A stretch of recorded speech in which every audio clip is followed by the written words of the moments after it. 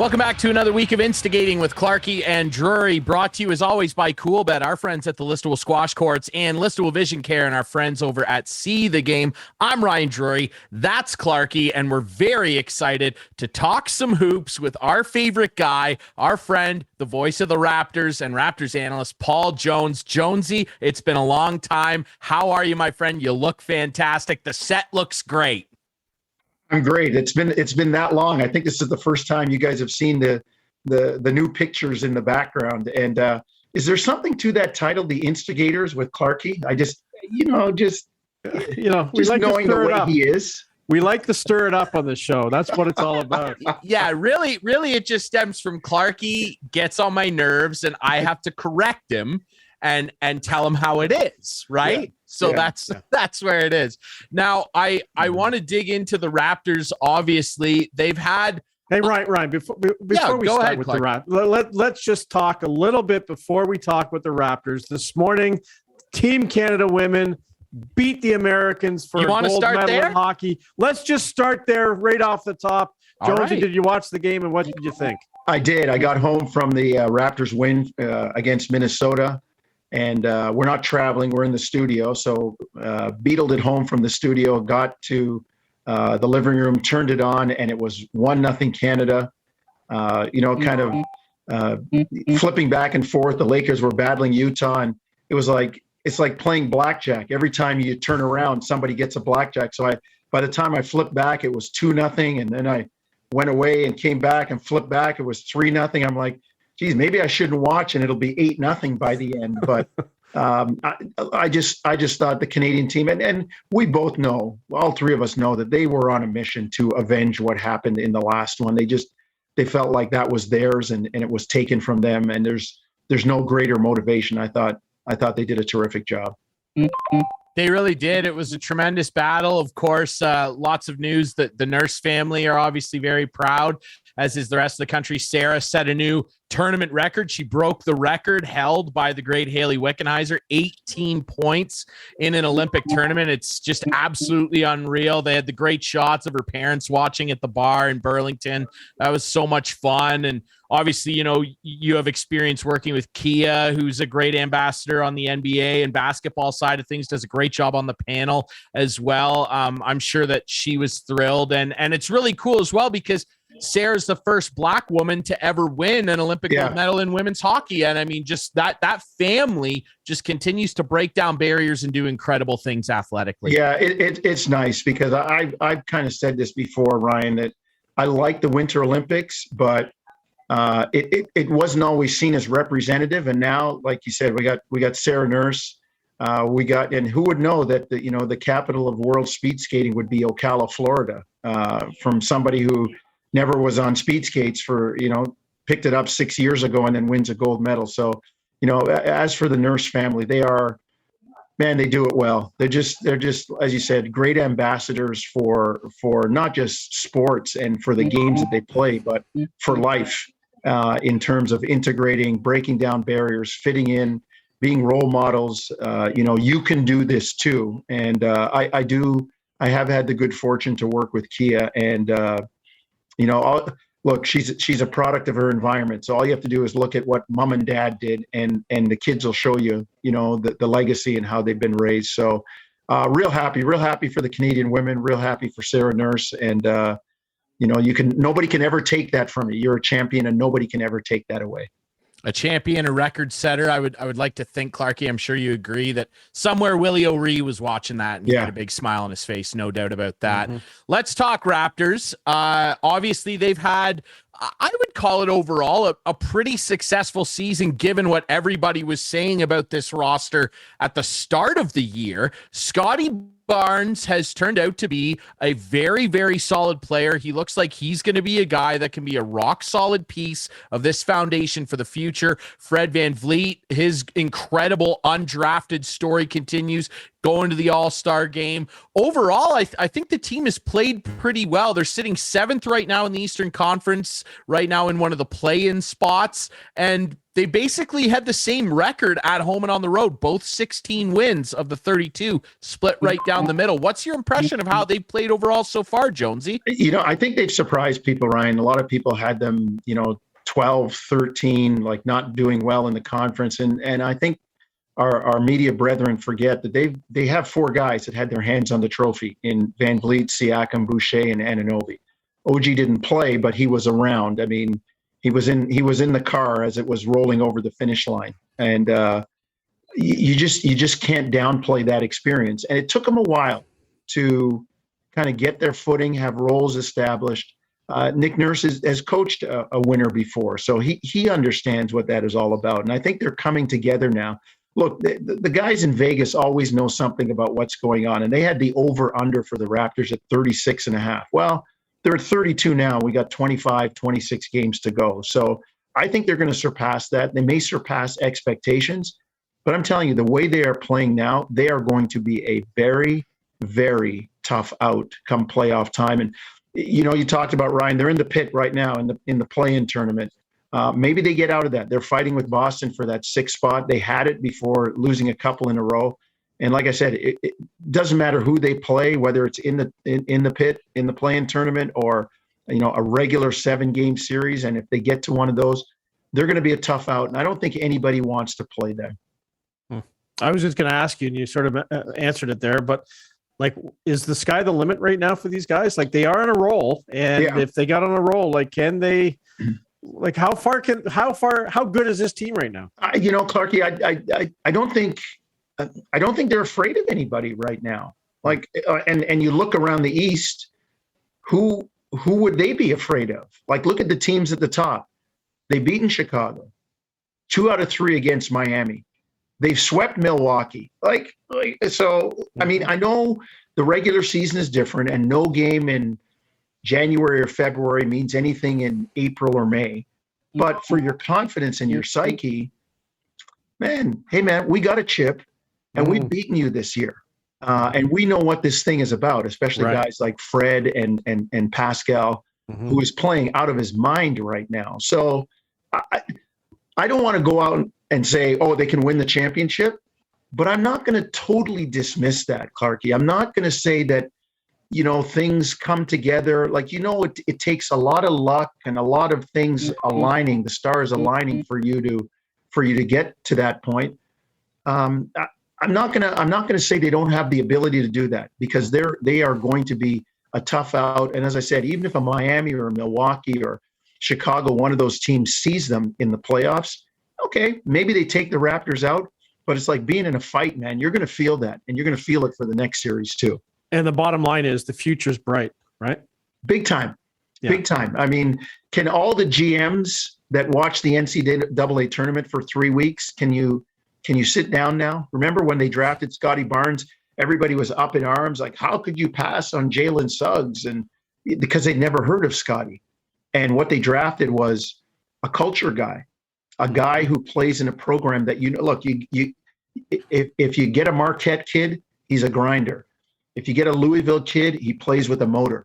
You get a Carolina kid, he's a skill guy.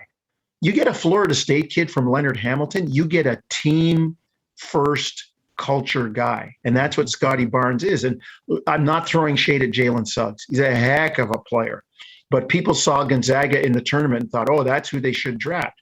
Clarky, you remember when in 96, Ryan, I don't even know, were you born then? Were you alive then? I was 5 years old. Okay. I was around. Okay, you were around. Remember when everybody wanted Ed O'Bannon? Yeah. Isaiah Thomas. Eddie. Yeah, and people were like, what is this? Yeah. Who turned out to be the rookie of the year? Who had a better career, per se? Yeah. So all the people that wanted Jalen Suggs, and this, again, not to disparage him, Scotty Barnes was the better pick for the Raptors. And he's going to be all rookie team, first team. He's probably number 2 or 3, depending on where you put him now, because of what his team is doing over like a Cade Cunningham or somebody like that. He's right behind Evan Mobley. So I think it was a great pick. And to your point, the future looks bright because of guys like him and the potential of, Achua and some of the young guys that they have on this team. Yeah, it's been really impressive. Scotty's just a great two-way player. I don't, I certainly don't think that maybe he's elite in any one area of the game, but he's just really solid across the board. He does everything well, and the effort level is there every night, which is so impressive from a young guy like that. And you mentioned Siakam. This guy's game was down in the dumps last year. Like, people were saying, should the Raptors get rid of this guy? Yeah. Like, people were giving up on this guy. And he has really bounced back nicely. What are you seeing from his game that's just maybe a little different in terms of approach, how he's getting success? What is it about what he's doing right now that's turned this around? Ryan, I think the carryover from the bubble, like let's go back a bit. The night when Rudy Gobert shut down the NBA, we were the last team to play the Jazz before Adam Silver pulled the plug. And that night, after we played them and flew home, we got phone calls 2 days later because I wanted to see how Utah played the next game against Oklahoma City after losing to Toronto. And that was the game that shut the NBA down. And we got phone calls, show up at the hospital the next morning to get tested. And that was a different time. We didn't know anything about COVID. The Raptors got back, went into the bubble. Pascal played okay.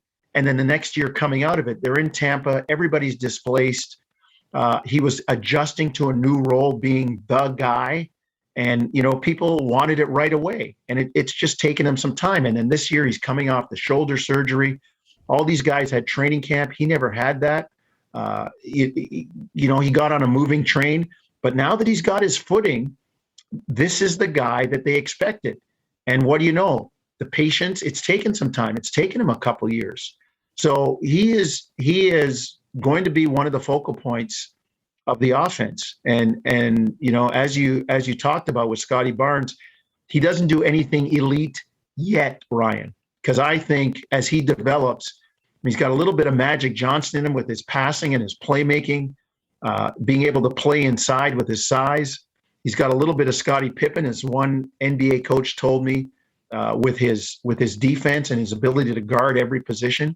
So I agree with you, Ryan. Not elite yet, but I mean, this kid he's coming on. So between him and Pascal and Nick Nurse will throw a lineup out there that is Anunoby, Barnes, Siakam, Achua, and Boucher, or Birch, or Banton, and you got 5 guys out there between 6'8" and 6'9", and how do you guard that? And by the way, they can guard anyone that you have. You can't switch and get an advantage on them. So, but to your point, Ryan, Pascal has definitely become one of the leaders of this team, and he's playing so well and so confidently right now.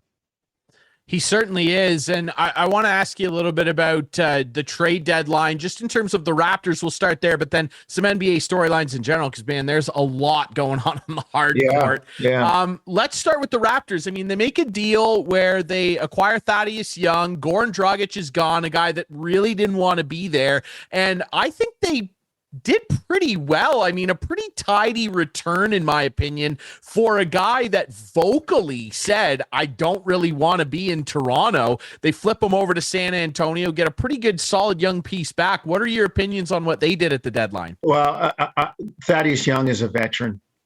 He's been on good teams before, and he's going to help the youngsters. He's going to give the bench some help. The bench, Nick hasn't used them much. I don't know if he hasn't trusted them much, but I mean, he's riding his horses, and people are like, oh, the minutes police are out. Oh, he's going to wear. Hey, man, when you get to the playoffs, your best players play. And right now, this is kind of prep for that, where these guys are learning to play together. Raptors number 2 in the NBA in most games, 3 points or less with a minute to go, either be ahead or behind. 4th most wins with 12. So they're learning how to play in close games, because that's where you make your money in the playoffs. And a guy like Thad Young is going to help out in that area, no question about it. I just think it speaks to the front office, Masai Ujiri, Bobby Webster, Dan Tolzman, doing their homework and finding a guy who will help them out. I was just going to mention the front office, and it just seems like there's that stability. That is an amazing thing when you have that stability at the top with Masai and Bobby and Nick Nurse. And it just, to me, it just oozes confidence. And I think that really goes right down to the team. Clarky, we have this word that in sports that we have sometimes have a hard time defining, right? A culture, right? Mm-hmm. And, Yep. and so you think about it, like, and I've thought about this a long time and come up with this. What is culture? Like the Yankees have a culture, right? The Red Sox have a culture. Like you think of the great teams of the Leafs had a culture back in the 60s. It was, and what is that? And to me, that's a way of doing things with positive expectations attached. Mm-hmm. And to your point, Clarky, about Masai, Bobby, Nick, they've established a culture. Mm-hmm. This is how we do things, and this is what we expect. And they look for the right guys and bring them in. And man, these guys play together. They play for one another. And that's the stability. I mean, it doesn't matter where they're drafting. I mean, anybody, any fool can pick a top five. I mean, it's right there for you. But when you find and guys that they've turned, they draft them, develop them, and then turn them into assets that other people want. When you find DeLon Wright at 20, Pascal Siakam at 27, Norm Powell traded as a second-round pick. They traded for him. They turned these guys into assets. Yeah, Jakob Poeltl was an 8th pick, but they turned him into, helped turn him into Kawhi Leonard with DeMar DeRozan. So it just happens. Gary Trent Jr., nobody saw him doing because he didn't do this in Portland, but look at what he's doing now. Mm-hmm. Fred VanVleet, undrafted. I saw the guy at Summer League. I'm like, and he had a good college career. Wonder why nobody picked him up. Well, everybody had a chance at him, and look what he's doing now. He's an all-star. So the stability at the top, Chris, is important, and I think it's showing through if you're the Raptors. It certainly is. I wish some other sports franchises maybe take note of what they're doing, because they quite clearly have established something very positive there, and ownership's behind it, and they kind of stay out of their way. And, Masai and Bobby and that group there, they've earned that. Let's talk about some other cultures around the league that are not really falling into that category. And I want to start with James Harden, the culture of James Harden. What is the deal with this guy, Jonesy? Because like in Houston, he establishes himself as this unbelievable offensive force, a guy that can kind of do everything himself. He can literally take a game over. He bounced around. Now he's in Brooklyn, doesn't like it. I want to leave. He ends up in Philly, where allegedly he wanted to be the whole time. But also, you see this guy play or barely play, and the effort level there. And I'm starting to get like Pablo Sandoval vibes with this guy. Like, he looks like he's eating himself out of the league. Like, too many wings. What is this guy doing? What is the deal with James Harden? I would hope that for him, this is a stop, because Daryl Morey wanted him. Daryl Morey believes in him. And I would hope that would jumpstart him to get into shape. He may not be able to come back to that slim fit guy that we know, Ryan. This might be the new James Harden and the way he plays. And if he can make threes, distribute the ball, and play alongside Joel Embiid, they probably don't care what he looks like. But maybe he won't talk his way out of this team or kind of put a dent in what's going on with the team, because he did that in Houston. He did it in Brooklyn. And hopefully for Philadelphia, he's not going to do that there. But it makes them better. It makes them better. I'm excited to see what happens when Brooklyn plays Philadelphia. What it's like when Ben Simmons goes back to Philadelphia, what all of this is going to be like when the two teams meet one another. But as to James Harden, I mean, he's just got to get healthy right now, and get out there and play for the Philadelphia 76ers. Yeah, it'll be interesting. And yeah, you're right, Ben Simmons. That'll be an interesting storyline. We're talking about a guy that definitely wasn't popular on his exit from the city. And when he returns there, I mean, we're talking about a fan base that threw batteries at Santa Claus. So I don't know what Ben can expect. Let's talk quickly. I got two more situations I want to throw your way. Zion Williamson, same deal. Yeah. What is up with this kid? Like, unbelievable. Like, probably the most hyped prospect that I heard about since LeBron. Like, this guy came in with sky high expectations, and it just is not falling into place. He's injured. And, Sam Mitchell used to have a phrase, you can't make the club sitting in the tub. and that's unfortunately for Zion Williamson. He's been injured, and the Raptors had the Pelicans last Monday, and I was talking to some of their people down there who said, that Zion and Jonas Valanciunas have never been on the court together, not even a practice. And he is a great talent, but he's got to stay healthy. And you look at the guys drafted behind him and how they're excelling. Ja Morant, Canadian RJ Barrett, like some of these guys they're healthy and they're out there doing their best to help their clubs. And unfortunately for Zion, he's hurt. And that's the shame about it, Ryan, that he can't get out there and play, because I think the kid's a heck of a talent. He can be a game changing. He's special in that sense, but he can't do it from the bench, and he's got to get healthy and get back into the lineup. I don't know if we see him play this year. Yeah, it is a shame. You're right. I really hope things turn around for him, and they need it to down there. That's for sure. Final one before I toss over to Clarkie here.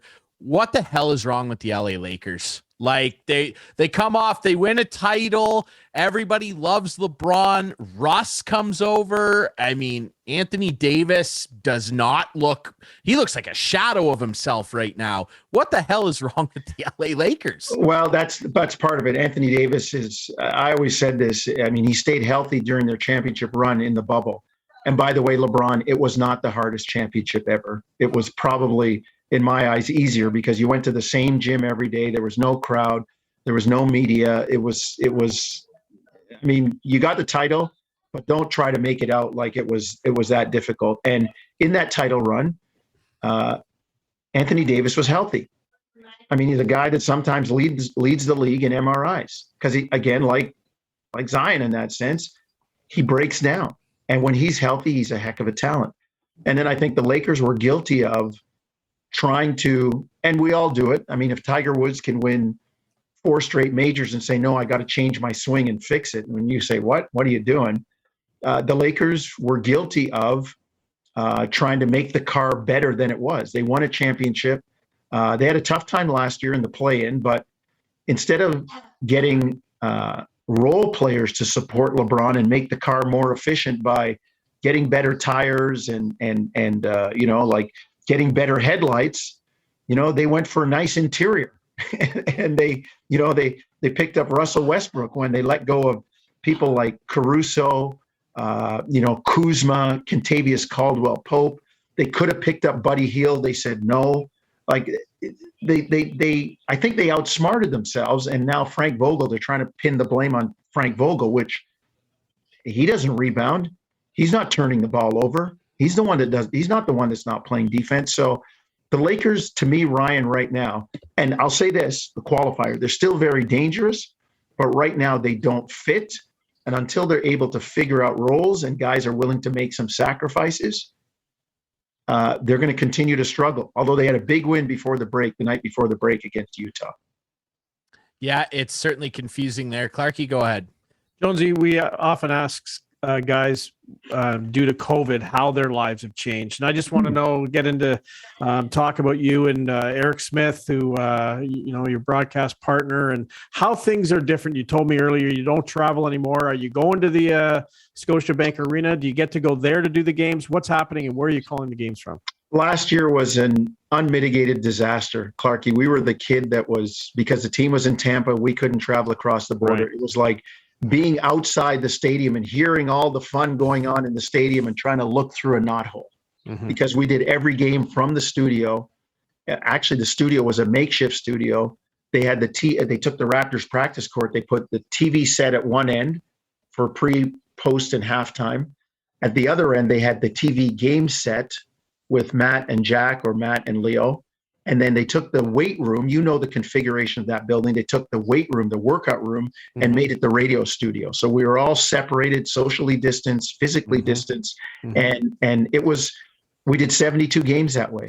It was tough. And then this year started, and we get to go to the arena for the games, for the home games, but the road games we still do in a studio. Right. Whether it be at 1050 Studios or the Fan Studios. So we don't establish that relationship with the players. I mean, guys walk by us in the bowels of Scotiabank Arena where they would normally say, "Hey, what's going on?" Because we see them on the plane or a hotel lobby in Atlanta or Detroit or Chicago.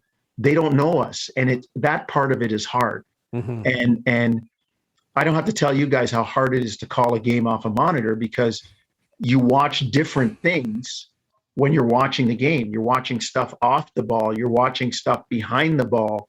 A guy goes down with an injury, and you look this way while the play is going that way to just give a brief description and then catch up to the play. Well, when the camera cuts away, you don't know what's going on with that guy. So that part of it from a broadcast sense, Clarky, is really, really difficult. I'm hoping we can kind of get back to normal a little bit and get back out on the road, but I hope so too. It's had a huge impact. I just hope the people making the decisions don't say, "Hey," you don't have to comment on this because you were talking about your bosses, but they better not think this has been fine. That's all I'm going to say, because it's not. Like watching the Olympics, it's been a disaster. Like Mike Johnson and Chris Cuthbert are talking. I think they've pulled the goalie, but they have no idea, and it's just awful. So hopefully the world gets back to normal. And Eric, I was speaking with Eric a little while ago, and he says Jonesy goes everywhere with his ring, and it's probably handy. And he wears it to bed, and he wears it on the plane, and there it is. If you're watching on YouTube and Whiteman right now, let's get a look. There's the box. There's the ring right there. Look at that. Isn't that nice? I told Eric, he got a ring too. I said, mine sits in a night table drawer, and there it is. I'll pull it up like this so you can kind of see it like that. Mine sits in my night table drawer, and it's not till family members say, the ring. It's not till family members say, why don't you take it out and wear it? I said, because it's like wearing a hood ornament. Yeah. It is huge, eh? Yeah, look at that thing. It's like wearing a hood ornament. But I do take it out to go to parties and special occasions because people want to see it. Absolutely. And I pass it around and they take pictures with it. And it's kind of cool to have one. And I said to Eric, I wouldn't say I travel with it, but I know that the day he had his day with the trophy, the 24 hours I had with the trophy, I tried to make sure that as many people that I knew on my basketball journey, dating all the way back to high school, university, people I coached, people that asked about the team that were part of my life, my accountant, my former university coach, my buddies at the golf course. Like, I tried to get the trophy where they would get a picture with it. So in 24 hours, I had it at 5 golf courses, and it was just called, "Hey, I'm going to be at Angus Glen from 10:30 to 11:30 with it." And guys would show up and girls would show up with their Raptor jerseys, and it was sitting on a table, and they take a picture. And then, I trotted it up to Grandview when I was speaking for Club Link, and I put it out there, and everybody took a picture with it. And then the next morning I had it at Wooden Sticks, and I said, "Guys, it'll be at Wooden Sticks from 7:30 to 9:30. And then, well, where's it going after that? I can't make it. I'll be at King Valley at 2:00, Nice. And I tried to have everybody who was on my basketball journey with me get a picture with it. And if you check my social media, there's actually a picture of the trophy beside the chair that sits just behind me, where my dad, I'm at my mother's place now, where my dad used to watch the games. He saw the trophy, or he saw the championship, he saw the parade, and he passed away 10 days after the parade. So he never got to hold the trophy, although my mom had it sitting on her walker. We had it at the house for a little while, and family had pictures with it. And we put the trophy beside the old man's chair where you used to watch the game. So nice. It's like the comet, Ryan, Chris. You don't know when it's going to come by again, right? So You take a look at it, you drink it all up, because we know that a lot of luck, a lot of good fortune, a lot of things have to align for it to happen. Yes, I've been waiting for a long time for another Toronto team to win. You don't have to tell me that. 1967, I was in grade school. Clarky, I don't know where you were. I was one. So I was around. I was in grade school. I don't remember involved. It though. Unreal. Well, I'm not surprised to hear any of that, because Jonesy, you're one of the best guys in the NBA. I don't think anybody has a bad word to say about you. So maybe when we can get together, when this whole thing is over, maybe the ring will be present, and then we can get a look at what a real championship ring looks like up close.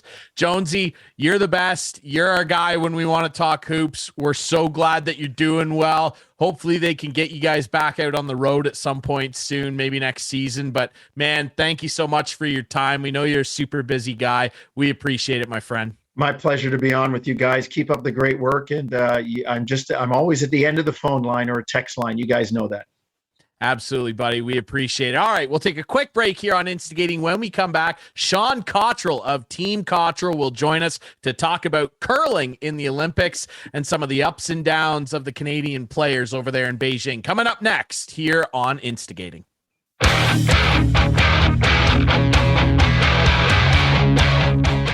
Welcome back to Instigating with Clarky and Drury, brought to you as always by CoolBet, our friends at the Listowel Squash Courts, and our friends over at Listowel Vision Care and See the Game. I'm Ryan Drury. That is Clarky. We appreciate our friend, voice of the Raptors, Paul Jones, for joining us in the first part of the show. Now it's time to talk about some Olympic curling with our friend Shawn Cottrill of Team Cottrill, one of the best mixed doubles curling duos in the country, in the world. And here is Shawn with us. Mr. Cottrill, how are you?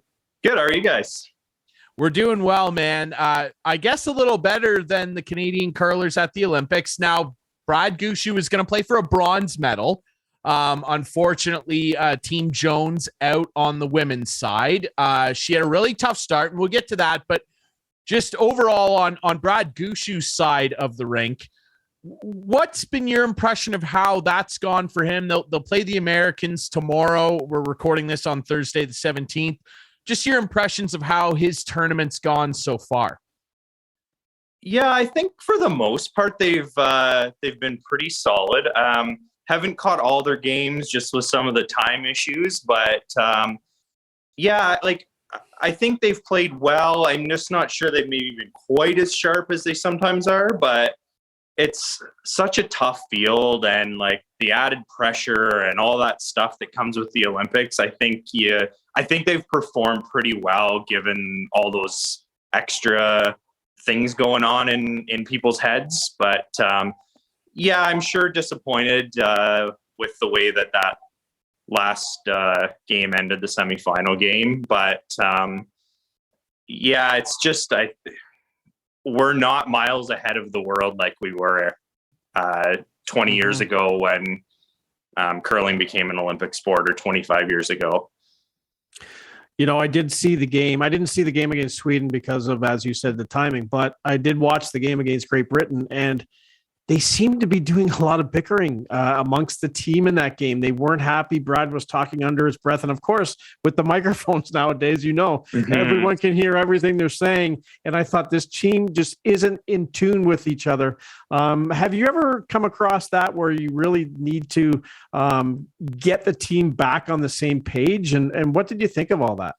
No, Katie and I are always perfectly on the same page. That never happened. I didn't want to mention that, but it's never happened once. Like, we are always completely 100% on the same page about everything. Yes. So. Yes. Good. Let's just say maybe you weren't. She might not be on the same page on that topic, but yeah. No, honestly, like I think from an outsider looking in with a little bit of background knowledge, obviously, I think it was almost the same issue with John and Rachel. It just seemed like communication wasn't there. And I don't think it's a communication issue with the team. I think it's just fired up that extra level and so much pressure on them and expecting perfection and not able to leave the miss behind you. It's just a totally different experience for these teams. I think two of Gushu's team, it's their first time there. For the other two, it's been 15 years since they were there. Like I think it comes across worse maybe than it is. But that's a good point. Yeah, I think it's just the added pressure on everybody, and yeah, the pressure is definitely there, right? Because like Canada doesn't go to the Olympics in curling to get a participation trophy or bronze or whatever. We go to win gold. Right. And for sure. The pressure has got to be amazing. And Rachel Holman has come out saying she's in a really deep black hole right now. And I feel bad for her. Like she tried her best. And like the last shot sucked. Like it was, I didn't mean she sucked, but it was just, you could just see the intensity that they were playing under. And it's too bad that last shot that they made, just went a little too far. Like you're talking like a millimeter on that measure. Like it was exactly. Yeah. It was crazy. And I've said to a few people, I kind of felt like that last shot was just a perfect summary of how their whole week went.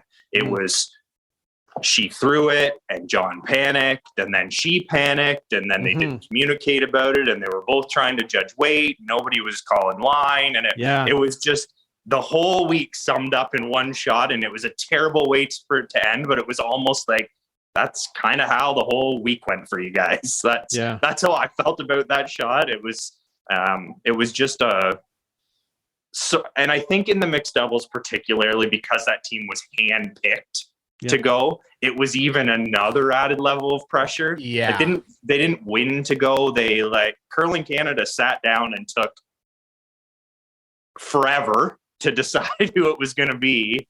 And they decided out of all of the teams in the country, that was the team that had the best chance of winning a gold medal. And then they didn't. And then they didn't win a medal at all. And I can't imagine that added pressure of being handpicked. Right.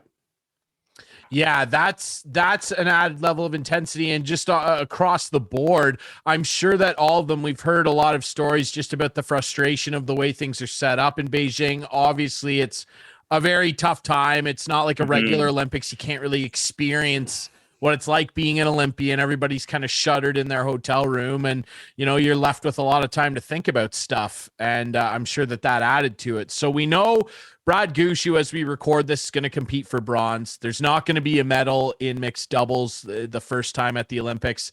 And there's not going to be a medal for the women's team either. Jennifer Jones, I thought she battled back valiantly because, you fall to 1-3 and you're in a lot of trouble. It's not looking good. She really fought back and had a solid game last night on Wednesday, but she needed a bit of help and didn't get it. Overall, what did you think of how that went for her crew over there? Because I watched quite a few of their games. I watched last night. I stayed up till 3:30 or whatever it was. And I just felt like the kill shot was missing. They would get themselves set up in so many situations to have good steals of 1, 2, sometimes 3 in the fifth end there. They could have got 4. They only took 3. And that really was the story of her and her team's tournament for me, leaving a lot of points on the table. Yeah. And I would say it almost appeared as though they were getting up for the big games, but then maybe not so much for the games that on paper you should be doing better in, right? Like come out big against Great Britain and like the States and like some of the teams that, and then lose to the Japans. And not that they're bad teams, but those are games that you think are the ones you should be performing in. And honestly, it came down to tiebreaker on draw to the button for Hammer at the start of the game. What do you think of that? Like, to me, that it just seems ridiculous to me, but you gotta hit the shot, I guess. Yeah, it's become such a huge part. The joke or the feeling on the tour, and it's huge in mixed doubles. Like it's like another game. Like winning, being the best on your draw to the buttons is almost as good as another win. So teams are like practicing their pregame draw to the button. There was a time we'd go out for practice before a game, it's whatever, a 5-minute practice, and you'd be practicing all the shots and trying to figure out the rocks and trying to figure out what every spot in the ice does. Now we go out and we throw nothing but the draw to the button. Right. Because this is a perfect example. It cost them a spot in the playoffs at the Olympic because their draw to the button was terrible. Yeah. Makes no sense. I'm not sure. I mean, I get it. But and from what I gather, she was like dead last. Is that right? Like she was not close. Up until the last 2 draws, I don't think she had a hammer in a game. So I didn't see the actual numbers, but she lost. No, I just meant in that draw to the button. But that's what I like. If she didn't have hammer, she lost the draw to the button before each of those first 7 games, right? So okay. I'm assuming she was near the bottom. Yeah. Well, I mean, maybe in 2026 they can send you and Katie to go and not handpick the team. I don't know. I would love to see that. Obviously, I would love it too. Of course, that would be fantastic. You can bring us along. We'll live call your game. I've been working on my game too, Drury. Just so you know. Yeah. So we're gonna let the professionals handle this. What are you? We have a challenge that you can fix we have my a car. Challenge. Like I think we have a challenge, don't we, Shawn? Didn't we want to get a challenge with Drury going? I think we should. Yeah. We can absolutely still do that. But if we, for some reason, like you once miraculously did, when I think Shawn and Katie were probably sick or something, what are you beat talking them about? in a game. Oh yes, right. Sorry, I totally forgot about that. That doesn't mean. Oh, you forgot. That doesn't mean that I should go to. No. Okay? I'm not bringing you to the Olympics. We're not sending you. You're not going. Period. Hold on. When is the Wingham Club open until? They're actually leaving the ice in till the end of April. Oh, plenty of time. Then when I get back from the Dominican, we're coming. Yeah, no practicing while you're down there. No, I won't practice when we're down there. Don't worry. Okay. But let's set that up, okay? Shawn, I'm going to leave that for you to set up, and Ryan and I will be there, and maybe producer Adam can come with a camera and shoot some stuff. Perfect. I'm into it. Clarky, as you know, we're going to have to work around my hockey schedule. That's fine. We'll work around it. Well, we'll work around the schedule. All right, we'll do that. Yeah. I want to ask you as well, Shawn. This might be a little bit of an extreme statement, but you mentioned how Canada is not light years ahead of everybody else like we were 20, 25 years ago. And you see the performance at this Olympics, and I know it's very different in the pressure and just the aggravation, I'll call it, of the situation that the world of sport is in with Beijing and everything. We saw this in 98 with hockey, and they had to have like a summit. Hockey Canada had a summit. Do you think something is required like that with Curling Canada? Because, this is, Clarky, you said it. We do not send curling teams to any competition to come second, third, fourth, fifth, whatever. We go to be first, and we're not first by a mile. So is that something that you would entertain? Well, it's 2 Olympics in a row now, right? That's right. Neither the men or the women won a medal in 2018. We did win a medal in mixed doubles, 1 gold in mixed doubles, but now we're a best case scenario right now in the men's and women's game. We have 1 bronze medal to show for 2 Olympics, and that's a problem. I think there is going to have to be some serious, at least review of the process. I think they need some serious change to the process, but Canada is so unique in the sport of curling that we have so many elite level players, right? Like that's the difference. But the problem is you have a country like Sweden that puts all the resources behind 1 team. Yeah. We have Canada that puts the resources behind 10 teams. And it's great that we have the depth, but it's not allowing that 1 team to step up to compete against the Swedens and the Great Britons of the world that are full-time curlers and getting all the resources from their associations. What do you think of a super team? Like not Team Gushu, but like the best lead, the best second, the best vice, like doing that for the Olympics. Yeah, I guess you could argue that that's what some of these other countries are doing. We saw that, I think, in mixed doubles, that there was lack of team cohesiveness there, for lack of a better term. And I would be nervous about just picking the 4 best players and sticking them together and sending them. But yeah. But when you don't medal for the last 2 Olympics, I think something's got to be reviewed. That's all I'm saying, right? To me, the biggest problem with our system is having our Olympic trials too close to the Olympics. So you look at somebody like Brad Gushue, who has to peak in the second week of December to arguably win the most difficult event in the world. You could say winning the Canadian Olympic trials is maybe more difficult than winning a world championship. It wasn't for Brad, but what's that? It wasn't for Brad. No, but I see what you're saying. Is generally so hard, right? So you're focusing and getting ready to peak to win that trials event. Yeah. And then you have to peak again in 8 weeks. Right. Yeah. What athlete in any sport can peak kind of the lull after and then peak again 8 weeks later? Like you're usually building your season in most sports to peak at the right time for one specific goal, right? Not to do it twice. When I look and I think about all the other sports and I think of, well, is the best lead that Canada can produce playing in the Olympics? And when I look at other sports, is the best goalies playing? Of course they are. Or you know what I mean? Like, I just think they have to at least look at it. And I don't know how they do it. I don't know how they put a team like that together. But I think they got to look at it, because I think if the best 4 players in Canada in their positions were there, the result would have been different. Yeah, it's quite possible. It's a sound argument. Maybe I should run the summit. Well, maybe. You have a lot of grand ideas about your future in curling, Clarky. We're gonna have to have a chat after this. Put the brakes on it. Hey, dream big, I guess they say. I want to ask you really quickly as well, Shawn. The tankard, the men's tankard that was held very successfully in Port Elgin, and thank God that was able to go forward. Was recently completed.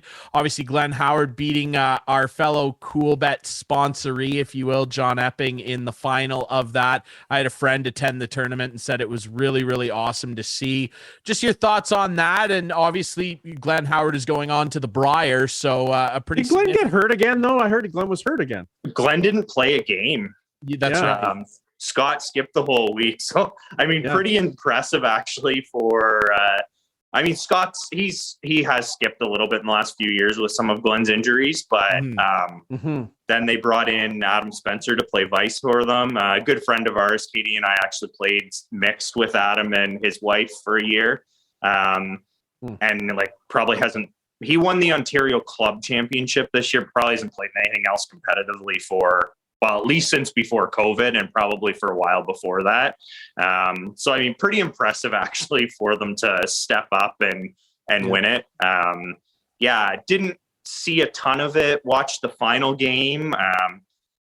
Kind of a boring final game actually for the first half, but I'm excited. I'm really hoping that Glenn's able to play at the Brier. I've always been a huge fan of Glenn. I think he's one of the real true good guys in the sport. And you have to think he doesn't have a lot more years left in it. So I would love to see him at least be able to play a little bit at the Brier.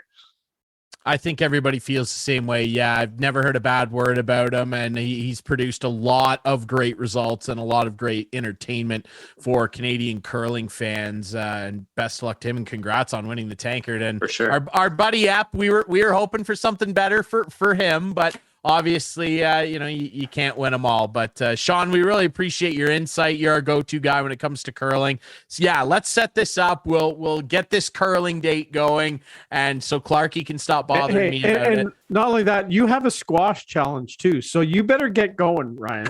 Like we have a squash challenge out, and now we have a curling challenge out. So I don't know what people are challenging me for. Like I'm like an athlete. We're just challenging you to get out there and get physical. Yeah, I'm a busy guy, I'm a really busy guy. Okay. Yeah. Okay. So we'll figure out a day. Shawn will figure it out. He's got a connection. He's probably curled this year about as much as I have. So Sure. Yeah. I can tell you we've both curled the same amount. That's for sure. Yeah. Well, Shawn and Katie haven't been on the ice a whole lot either. So it's been a tough year. We will change that in a couple weeks, I think. Perfect. We actually have a big event in Wingham this weekend that we're super excited about. So what is it? Our Ontario Mixed Doubles Tour Championship in Wingham this year. So amazing. Provincials are canceled, nationals are canceled, but we get to play our tour championship. So we're excited about that. Folks, are people allowed to come watch? Yeah. Oh, people viewing this on Whiteman. When is it? Tell us about it. Starts tomorrow Friday evening and all day through Saturday and Sunday. So unbelievable. Okay. Plenty of time for people to see. Are you playing? Hear this? We are. Okay. When are your games? We play at 4 tomorrow and then at 11 and 4:30 on Saturday. So 4 on Friday? Yeah. And then 11 and 4 on Saturday. Well, good luck. Yeah, thanks. Absolutely, my friend. Yes, best of luck to you. Thanks for doing this again, and we really appreciate it, man. Thanks a lot, guys. All right, everybody, that is it for Instigating this week. You can find us on YouTube Friday nights when we debut there. But remember, we are on Whiteman. That is Channel 6, debuting every Friday night at 8, Sunday nights at 9. We're on all the best podcast apps, including Apple and Spotify. You can follow us on social media at Instigating Pod, and we are brought to you, as always, by our friends at CoolBet, the Listowel Squash Courts, and Listowel Vision Care, and See the Game. I'm Drury. That's Clarky. This has been another great week of Instigating with Clarky and Drury. We'll see you next week.